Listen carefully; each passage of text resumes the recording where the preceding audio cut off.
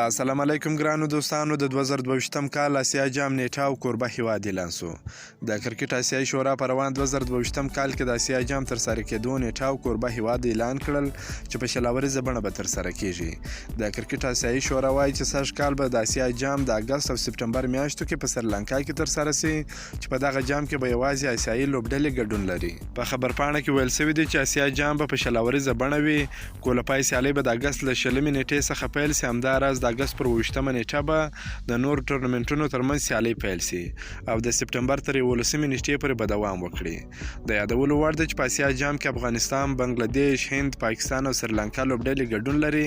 همداراز یوه لوبډله به د کولپای سیالیو څخه لار پیدا کوي او ټولې بشپړ لوبډلې په اسیا جام کې لوبیږي. د کورونا او د پاکستان او هند ترمنځ د سیاسي ناندروۍ له امله تیر کال اسیا جام ترسره نه شو. تر اوسه پورې سیالۍ پارمیټ نه دی اعلان شوی، خو ښایي په سیالیو کې افغان لوبډله هم د ټولو لوبډلو پر وړاندې ولوبیږي.